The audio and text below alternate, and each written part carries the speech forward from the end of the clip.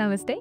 Hi, I'm Dr. Vibha Mallikarjun from Kangaroo Care Women and Children Hospitals, Fertility Centers and Clinics, Bangalore. So wondering how much weight gain is healthy during pregnancy? Let's break it down. So once your pregnancy is confirmed, visit your doctor and she will calculate your BMI. So based on your BMI, your doctor will tell you which category of weight you fall into and how much weight gain you can have.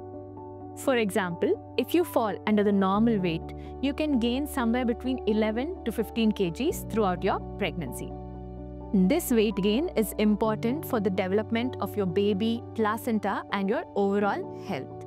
But beware, if you gain weight more than your allowed range, you might get into complications like diabetes, high blood pressure and difficult deliveries.